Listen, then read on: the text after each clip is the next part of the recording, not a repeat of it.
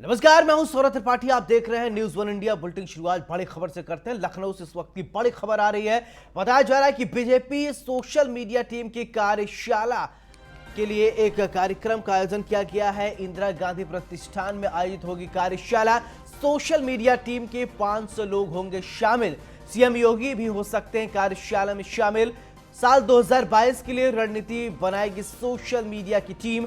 12 बजे इंदिरा गांधी प्रतिष्ठान में शुरू होगी कार्यशाला, तो दोनों डिप्टी सीएम कार्यशाला में होंगे शामिल। बड़ी खबर सोशल मीडिया से जुड़ी हुई ये बड़ी खबर। राष्ट्रीय संयोजक अमित शाह मालवीय भी शामिल हो सकते हैं। बीजेपी प्रदेश अध्यक्ष स्वतंत्र देव सिंह भी होंगे शामिल। संगठन महामंत्री सुनील बंसल कार्यशाला में रहेंगे मौजूद। तो बड़ी खबर आपको बता रहे हैं। बताया जा रहा है बीजेपी प्रदेश अध्यक्ष स्वतंत्र देव सिंह भी इस दौरान मौजूद रहेंगे। संगठन महामंत्री सुनील बंसल भी कार्यशाला में मौजूद रहेंगे। लखनऊ से जुड़ी ये बड़ी खबर, अहम खबर आपको बता रहे हैं। तो इंदिरा गांधी प्रतिष्ठान में आयोजित होगा कार्यशाला। सोशल मीडिया टीम के 500 लोग इस कार्यशाला में शामिल होंगे। बड़ी खबर आपको बता दें, सीएम योगी भी कार्यक्रम में शामिल हो सकते हैं। साल 2022 के लिए रणनीति बनाएगी सोशल मीडिया। इसी खबर पर ज्यादा जानकारी के साथ हमारे सहयोगी एसके वाजपेयी हमसे जुड़ रहे हैं। एसके वाजपेयी, खबर यह है कि सोशल मीडिया के लिए कार्यशाला का आयोजन किया जाएगा। तमाम दिग्गज सहित मुख्यमंत्री योगी आदित्यनाथ भी मौजूद रहेंगे। क्या कुछ जानकारी आपके पास? बिल्कुल। इसमें बीजेपी एक वर्कशॉप का आयोजन कर रही है जिसमें सोशल मीडिया वॉलंटियर्स को बुलाया गया है। पूरे प्रदेश भर के सोशल मीडिया वॉलंटियर्स के जो इंचार्ज हैं वो इस बैठक में रहेंगे, जिसमें करीब 500 लोगों के शामिल होने की उम्मीद है, जिसमें सीएम योगी आदित्यनाथ भी शामिल होंगे। साथ दोनों डिप्टी सीएम इस बैठक का हिस्सा होंगे। इसके अलावा बीजेपी के राष्ट्रीय जो सोशल मीडिया के संयोजक है अमित मालवीय, वो भी इस बैठक का हिस्सा होंगे। बीजेपी प्रदेश अध्यक्ष स्वतंत्र देव सिंह, संगठन महामंत्री सुनील बंसल समेत जो भी वरिष्ठ भाजपा नेता है वो भी इस बैठक का हिस्सा रहेंगे। तो निश्चित है कहीं ना कहीं बीजेपी सोशल मीडिया के जरिए जिस तरीके से लगातार अपनी बात लोगों तक पहुंचाना चाहिए, कहीं ना कहीं उसको लेकर आज जो सोशल मीडिया वॉलंटियर्स की वर्कशॉप होगी वो कहीं ना उसमें वो बताने की कोशिश होगी कि किन मुद्दों को लेकर लोगों के बीच जाएं, जिन चीजों को लेकर लगातार विपक्ष हमलावर है उनका जवाब सोशल मीडिया के जरिए से कैसे दिया जाए। अगर कोई किसी तरीके की अफवाह या चीजें सोशल मीडिया पर भारतीय जनता पार्टी के खिलाफ फैलाता है तो उसका जवाब किस तरीके से दें। साथ ही साथ उत्तर प्रदेश और केंद्र सरकार की योजनाओं को सोशल मीडिया के जरिए से ज्यादा लोगों को पहुंचाएं, ताकि लोगों को जानकारी हो कि किस तरीके से उत्तर प्रदेश सरकार काम कर रही है। तो ये बहुत सारे ऐसे मुद्दे होंगे जिसको लेकर ये वर्कशॉप की जाएगी। तो कहीं ना कहीं 2022 को लेकर बीजेपी ने कमर कसी है और उन चीजों को बेहतर तरीके से लोगों तक पहुंचाने की कोशिश है जिनका फायदा सीधे तौर पर 2022 में मिल सकता है। जी चलिए एसके वाजपेयी, आप बने रहिए हमारे साथ, आगे भी आपसे अपडेट लेंगे। तो सोशल मीडिया के लिए 500 लोग को बुलाया गया है, शामिल होंगे। एक टीम है, प्रॉपर तरीके से काम करती है, तमाम तरीके से रणनीति बनाती है। जैसा कि सोशल मीडिया का ही जमाना है तो कैंपेनिंग यहां से बेहतर तरीके से किया जा सकता है। पढ़ते हैं खबरों में आगे। लखनऊ से एक और बड़ी खबर आ रही है। बीजेपी अध्यक्ष जेपी नड्डा यूपी के दौरे पर हैं। बताया जा रहा है कि 7 से 8 अगस्त को यूपी दौरे पर रहेंगे जेपी नड्डा। लखनऊ आगरा में होने वाली बैठकों में शामिल होंगे। 7 अगस्त को सुबह 11 बजे लखनऊ पहुंचेंगे जेपी नड्डा। जिला पंचायत अध्यक्ष, ब्लॉक प्रमुखों का कार्यक्रम। बताया जा रहा है कि आईजीपी में सम्मेलन को संबोधित करेंगे जेपी नड्डा। पार्टी के विधानसभा प्रभारियों की बैठक लेंगे जेपी नड्डा। बताया जा रहा है कि 8 अगस्त को आगरा जाएंगे जेपी नड्डा। ये बड़ी खबर, पार्टी के जरिए आयोजित कार्यक्रम बैठकों में हिस्सा लेंगे। बड़ी खबर आपको बता दें कि जेपी नड्डा उत्तर प्रदेश के दौरे पर रहेंगे। 8 अगस्त को यह दौरा प्रस्तावित किया गया है। एसके वाजपेयी लगातार हमारे सहयोगी हम जुड़े हैं। एसके वाजपेयी, आपसे समझना चाहेंगे कि 8 तारीख को जेपी नड्डा उत्तर प्रदेश में रहेंगे, क्या कुछ खास रहने वाला है? बिल्कुल। बीजेपी अध्यक्ष जेपी नड्डा का 2 दिवसीय यूपी दौरा है, जहां 7 तारीख को लखनऊ पहुंचेंगे और लखनऊ में जो नव नियुक्त जिला पंचायत अध्यक्ष हैं, ब्लॉक प्रमुख हैं, उनके साथ में एक संवाद कार्यक्रम होगा, जिसमें कहीं ना कहीं बीजेपी पंचायत पदाधिकारियों के माध्यम से लोगों तक अपनी बात पहुंचाने की कोशिश करेगी। उनके साथ एक संवाद करेंगे, उनकी बात सुनेंगे और पार्टी की नीतियों के बारे में, जो पार्टी कार्यक्रम चला रही है उनके बारे में उनको जानकारी देंगे। उसके बाद बीजेपी के पदाधिकारियों के साथ, जो कि प्रदेश स्तर के पदाधिकारी हैं, उनके साथ एक बैठक होगी और इस बैठक के बाद वो रात्रि विश्राम लखनऊ में करेंगे और दूसरे दिन 8 तारीख को वो आगरा के लिए निकल जाएंगे, जहां बीजेपी पदाधिकारियों के साथ वो बैठक करेंगे। तो निश्चित है कि उनका ये 2 दिवसीय दौरा है और जहां पहले दिन लखनऊ और दूसरे दिन वो आगरा में रहेंगे। तो कहीं न कहीं इस दौरान कोशिश यही होगी कि पदाधिकारियों के साथ बैठक की जाए और किस तरीके की रणनीति के तहत मैदान में उतरा जाए। 2022 में उत्तर प्रदेश में मैदान फतेह किया जाए। इन बहुत सारे विषयों को लेकर लगातार चर्चा होगी, रणनीति बनाने की कोशिश होगी। साथ ही साथ जो प्रधानमंत्री मोदी और गृह मंत्री अमित शाह के उत्तर प्रदेश में कार्यक्रम लगने हैं, उनको लेकर भी रणनीति तय होगी, किस तरीके से कहां कार्यक्रम लगवाए जाएं। तो इन विषयों को लेकर जेपी नड्डा पदाधिकारियों के साथ बैठक करने के लिए लखनऊ आ रहे हैं और कहीं न कहीं 2022 को केंद्र में रखकर बीजेपी पूरी तरीके से एक्शन मूड में चल रही है। उसी क्रम में बीजेपी अध्यक्ष का लखनऊ दौरा है। जी बिल्कुल, 2022 को देखते हुए एक्शन मोड में बीजेपी चल रही है। इसके वाजपेयी तमाम जानकारी के लिए आपको बहुत बहुत शुक्रिया। तो बीजेपी एक्शन मोड में चल रही है। साल 2022 में विधानसभा चुनाव से पहले तैयारियां जोरों पर है। बढ़ते खबरों में आगे बताया जा रहा है कि प्रयागराज से बड़ी खबर। सरकार के प्रवक्ता और कैबिनेट मंत्री सिद्धार्थनाथ सिंह ने समाजवादी पार्टी की साइकिल यात्रा पर चुटकी ली है। उन्होंने कहा कि साइकिल समाजवादी पार्टी का सिंबल है, ऐसे में समाजवादियों को साइकिल से ही चलना चाहिए। आगे उन्होंने कहा कि मुझे समझ में नहीं आता कि समाजवादी पार्टी के लोग बड़ी बड़ी महंगी गाड़ियों में आखिरकार क्यों चलते हैं। आगे उन्होंने यह भी कहा कि साइकिल से चलने पर वेट भी कम होगा और 2022 में चुनाव है तो चलना फिरने से भी सपाइयों को आसानी होगा चलने फिरने में। और 5 साल विपक्ष में रहकर सपाइयों ने कोई मेहनत नहीं की है, इसलिए साइकिल चलाएं और एक्सरसाइज करें तो सेहतमंद भी रहेंगे।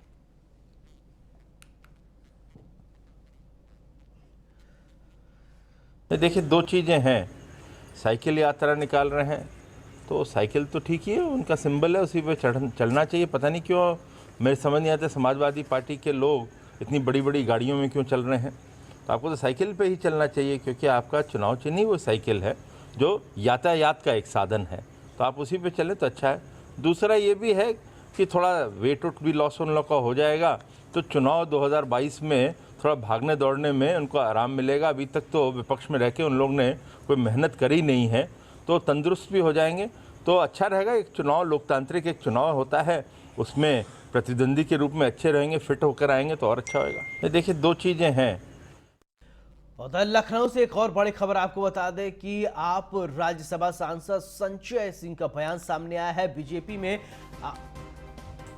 यूपी में आम आदमी पार्टी 403 सीट पर चुनाव लड़ेगी और साथ ही आपको बता दें कि सभी पार्टियां 2022 की रणनीति में लगी हुई हैं। अन्य बांटकर किसानों को अपमानित किया जा रहा है। बीजेपी पर इस दौरान निशाना भी साधा है। पीएम मोदी अन्य बांटकर अन्नदाताओं का अपमान कर रहे हैं। देश दुनिया को बता रहे हैं कि आज भी हम कितने लाचार हैं। 1 साल पहले मंदिर निर्माण की बात कही गई थी, निर्माण के नाम पर सिर्फ चंदा चोरी की जा रही है। इस तरीके की बयान संजय सिंह ने दिया है।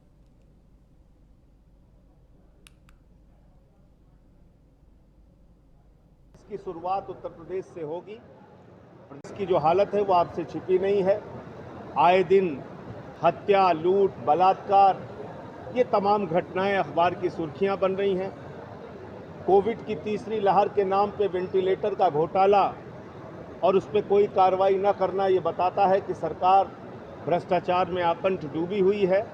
और मुझे लगता है कि अब आने वाले दिनों में प्रदेश की जनता इनके खिलाफ इन तमाम मुद्दों को लेकर खड़ी होगी और इनको सत्ता से बेदखल 2022 के अंदर करने का काम करेगी। सर, अखिलेश ने आज साइकिल रैली निकाली। अयोध्या सिर्फ इनके लिए सैर करने की जगह बन गई है। इनको प्रभु श्री राम में आस्था नहीं है, भारतीय जनता पार्टी को चंदा चोरी में आस्था है। इसकी शुरुआत उत्तर प्रदेश से होगी। प्रदेश की जो हालत है के निशान के ऊपर पहुंच गई है। पानी के तेज बहाव के चलते कालपी तहसील से जुड़े 1 दर्जन से ज्यादा गांव का मुख्य मार्ग संपर्क टूट गया है और बिगड़ते हालत को देखते हुए जिला प्रशासन ने अलर्ट जारी कर दिया है। लोगों की मदद के लिए प्रशासन ने हेल्पलाइन नंबर जारी किया है। साथ ही ग्रामीणों को नदी किनारे नहीं जाने की अपील की गई है। तस्वीरें आप देख रहे हैं कि किस तरीके से नदी ने बेकरार रूप ले लिया है और चारों तरफ सिर्फ जल ही जल है और पानी ही पानी है। और इस दरमियान यह भी कहा गया है कि नदी के पास आप न जाएं। उफान आप देखिए किस तरीके से कभी भी कोई भी अप्रिय घटना घटित हो सकती है। 41 साल बाद भारतीय हॉकी टीम ने ओलंपिक में ब्रॉन्ज मेडल जीतकर इतिहास रच दिया है। वाराणसी के लाल ललित उपाध्याय के भी घर जश्न का माहौल बना हुआ है, क्योंकि ललित उपाध्याय ने भी उसी हॉकी टीम में वे शामिल थे। लोग एक दूसरे को मिठाइयां खिलाकर बधाई दे रहे हैं।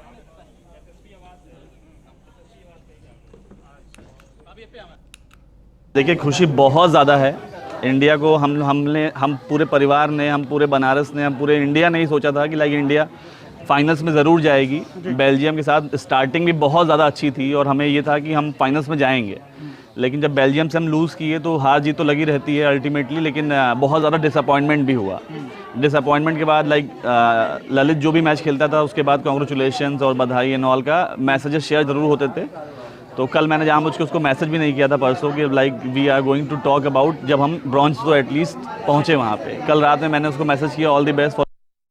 बहुत ज़्यादा खुशी है कि कम से कम 41 साल बाद वो मौका आया जो कि हम लोग नहीं सोचे थे। और अब तैयारी हम लोग कर रहे हैं कि जल्दी से जल्दी ललित आएँ अपने घर और हम लोग मिले। आपके साथ वो रहे हैं, निश्चित तौर पर सीखा है उन्होंने आपसे बहुत कुछ। क्या कहेंगे, कभी ऐसा लगा कि एक अलग प्रतिभा है ललित जी में? हाँ, अक्सर करके चूँकि ग्राउंड में जाते थे, जैसे कि सुबह बारिश होने लगा, सभी बच्चे चले गए ऊपर पेविलियन पर, और ललित का आदत था वो परमानेंट हिटिंग पुशिंग अकेले ही और रनिंग वनिंग कोई नहीं है तब भी ग्राउंड में अकेले ही करता था। क्योंकि हम पर डे जाते थे उसके साथ, देखते थे, और परमानंद सर उनके कोच थे, बहुत ही अच्छा व्यवस्था किए थे। और परमानंद सर तन मन धन से उनके साथ थे। कभी भी हॉकी की ज़रूरत है, पैंट की ज़रूरत है, जूते की ज़रूरत है, जो भी ज़रूरत है ललित का, समझ लीजिए माता पिता एज ए फ्रेंड सब कुछ परमानंद। सावन का पवित्र महीना चल रहा है और आज सावन में शिवरात्रि है। वैसे तो हर महीने कृष्ण पक्ष के 14वें दिन को महाशिवरात्रि मनाई जाती है, लेकिन सावन में आने वाली शिवरात्रि को सावन शिवरात्रि कहते हैं। भगवान शिव के भक्त मासिक शिवरात्रि को व्रत रखते हैं और श्रद्धापूर्वक शिवलिंग की पूजा अर्चना करते हैं। और साथ ही एक साल में 12 शिवरात्रि आती है, लेकिन इन 12 शिवरात्रियों में से 2 शिवरात्रि का सबसे ज्यादा महत्व रहता है।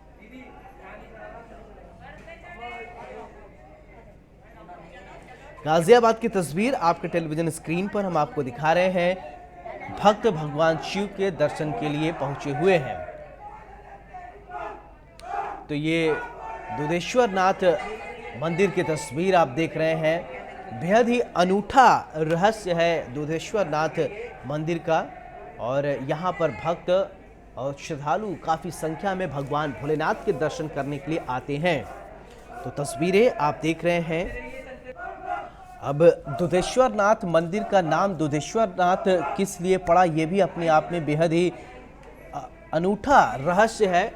कहा यह भी जाता है इस मंदिर के बारे में कि भगवान शिव की एक प्रतिमा थी, शिवलिंग, जहां पर एक गाय आती थी, दूध देती थी।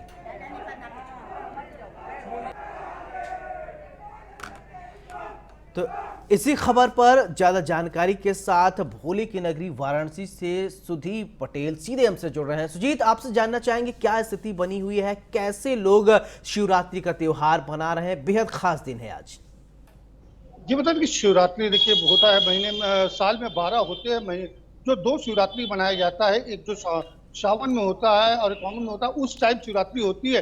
और 2 शिवरात्रि की बात की जाए तो जो आज बाबा काशी विश्वनाथ के दर्शन हेतु श्रद्धालुओं का भीड़ उमड़ा हुआ है, और श्रद्धालु जो कहा जाता है कि श्रावण माह में बाबा को जल चढ़ाने के लिए आए हैं। आप देख सकते हैं मेरे पीछे जितने श्रद्धालु हैं, अगल बगल महिलाएं हैं, पुरुष है, बेलपत्र है, धूप है लिए हुए हैं, और हाथों में गंगा जल लेके बाबा को अर्पित करने के लिए आए हैं। ये देख सकते हैं जो लंबी लाइन लगी है, लगभग 2 किलोमीटर लंबा लाइन बाबा विश्वनाथ का दर्शन के लिए, और श्रद्धालु हाथ में बेलपत्र है, आपको दिखाते हैं, धूप है, और उसमें माला है, भांग है, बाबा को अर्पित करने के लिए। और लोग भी हैं जो लंबा, हम कुछ श्रद्धालुओं से बात करने की कोशिश करते हैं कि आज शिवरात्रि है, क्या वो जानते हैं या नहीं, और काशी में आए हैं क्या, आप लोग आए हैं क्या, क्या है आज? 13 है। शिवरात्रि शिवरात्रि में आज बाबा से क्या अर्पित कर रहे हैं और क्या बाबा से मांग रहे हैं? तो बाबा से मांगेंगे आज तब ना। कितने देर से हैं आप लोग अभी? हमको 1 घंटा हो गया सर। 1 घंटा हो गया। देख ले श्रद्धालु 1 घंटा हो गया, शिवरात्रि है, लोग आए हैं दर्शन के लिए और भी श्रद्धालु उनसे बात करें। क्या भाई कहाँ से आए? देवरिया। देवरिया से। क्या आज बाबा से मांगेंगे? क्या मांगेंगे? बढ़िया सेहत और देख रहे श्रद्धालु जो भी आए हैं, सबको शिवरात्रि का दिन होने के कारण सारे श्रद्धालु आए हैं और दर्शन पूजन कर रहे हैं जी। तो गाजियाबाद से प्रिया राणा द्विजेश्वरनाथ मंदिर से सीधे हमसे जुड़ रहे हैं। प्रिया, क्या स्थिति बनी हुई है, किस तरीके उत्साह देखने को मिल रहा है शिवरात्रि के पावन पर्व पर भक्तों में?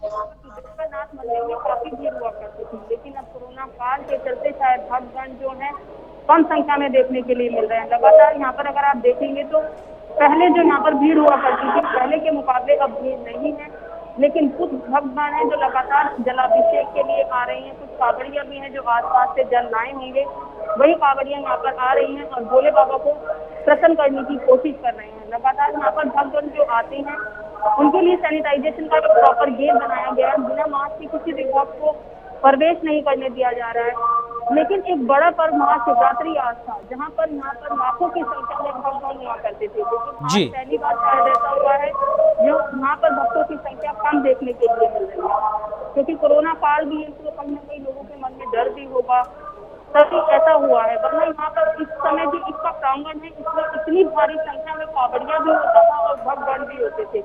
लेकिन आज कहीं ना कहीं जो भगवान है भक्तों को बिना वंचित है, क्योंकि भक्तगण है जो अपने घरों में आसपास जलाभिषेक कर रहे हैं। यहाँ पर आसपास भी लोग आ रहे हैं, वरना ऐसी इस मंदिर की प्राचीन मान्यता है कि बहुत दूर दराज से लोग यहाँ पर जलाभिषेक के लिए आते थे और माना जाता है कि यहाँ पर जो भी मनोकामना मानी जाती है वो हमेशा पूर्ण होती है। तो कहीं ना कहीं भक्तों की आस्था है, धीरे धीरे भक्त आ भी रहे हैं, जा भी रहे हैं, लेकिन अब देखने वाली बात होगी कि और कितनी भीड़ बढ़ती है, क्योंकि सुबह के वक्त से हम यहाँ पर मौजूद हैं, लेकिन भक्त बड़ों की भीड़ यहाँ पर देखने के लिए नहीं मिल रही।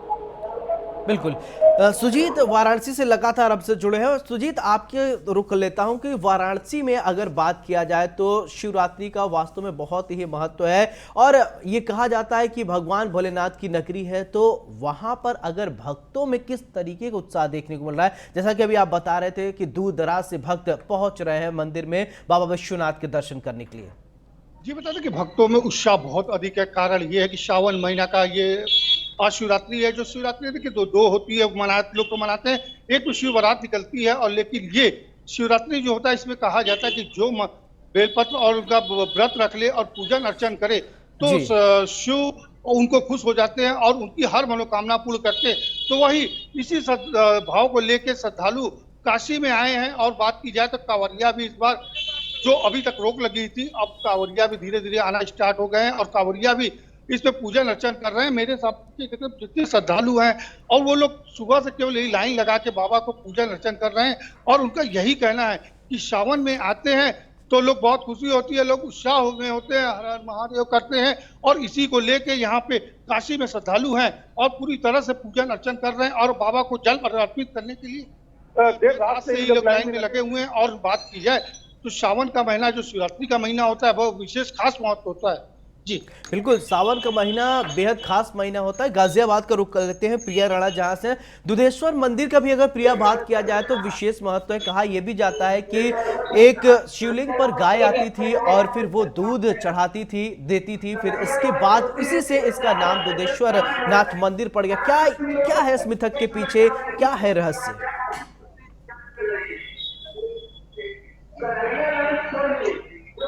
बताया जाता है कि रावण भी यहाँ पर पूजा करने के लिए आते थे और रावण के पिता भी, और पहला रावण ने अपना सिर यहाँ पर भोले बाबा को प्रसन्न करने के लिए भेज किया था।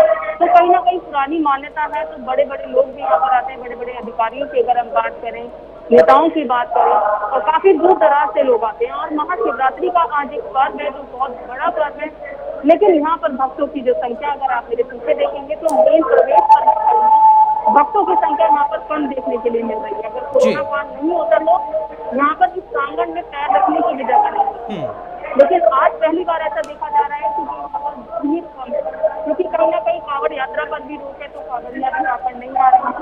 कुछ कांवड़ियां हैं जो आसपास के थानों से जल को जो लाए होंगे जलाभिषेक करने के लिए, वो ही इक्का दुक्का लोग यहाँ पर आ रहे हैं। लेकिन मंदिर प्रशासन की तरफ से भी पुख्ता इंतजाम यहाँ पर किए गए हैं। पूरा सैनिटाइजेशन का पार्ट गेट बनाया गया है।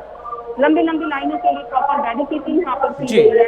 बिना मास्क के प्रवेश नहीं करने दिया जा रहा है। वहीं लगातार भक्त जो भी आ रहे हैं जलाभिषेक कर रहे हैं, भोले बाबा को मनाने की कोशिश कर रहे हैं, दर्शन कर रहे हैं, क्योंकि ऐसी बात की मान्यता है कि आज के दिन जो जल चढ़ाता है, जलाभिषेक करता है, उसकी हर मनोकामना भोले बाबा पूर्ण करते हैं।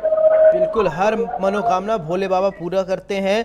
सुजीत, वाराणसी की अगर बात किया जाए प्रिया, जैसा कि गाजियाबाद में बता रही कि कोरोना गाइडलाइन की वजह से भक्तों का भीड़ कम है, तो वाराणसी में क्या इस तरीके क्या वास्तव में भीड़ पहले से कम हुआ है या उसी तरीके से लोग आ रहे हैं, बाबा के दर्शन कर रहे हैं? क्या कुछ प्रोटोकॉल है? ये बता दें कि वाराणसी में भीड़ पहले से कम हुआ है, क्योंकि जो शिवरात्रि होता है या सावन का महीना होता है, प्रतिदिन श्रद्धालु लगभग 1.5 से 2 लाख श्रद्धालु दर्शन पूजन करते थे, और आज भीड़ कुछ न कुछ कम है। जिस कारण ये है कि कोरोना गाइडलाइन का पालन कराया जा रहा है। यहाँ भी जो श्रद्धालु आ रहे हैं उनको मंदिर में प्रवेश उसी समय दिया जाता है जब तक वो मास्क नहीं लगा, मास्क लगाए होते हैं, नहीं मास्क है तो उनको मास्क दिया जाता है, और मंदिर में सैनिटाइजर का उपयोग लोग कराते हैं। उसके बाद बाबा बिल्कुल कोरोना गाइडलाइंस के अंतर्गत ही दर्शन करने को मिलेगा। आप दोनों को बहुत बहुत शुक्रिया तमाम जानकारी देने के लिए। बढ़ते हैं बड़ी खबर की तरफ। महिला हॉकी टीम का मुकाबला जारी है। भारत ब्रिटेन के बीच कड़ी टक्कर, 3-3 पर मुकाबला बराबरी पर। तो बड़ी खबर इस वक्त की आपको बता दें कि महिला हॉकी टीम का मुकाबला लगातार जारी है।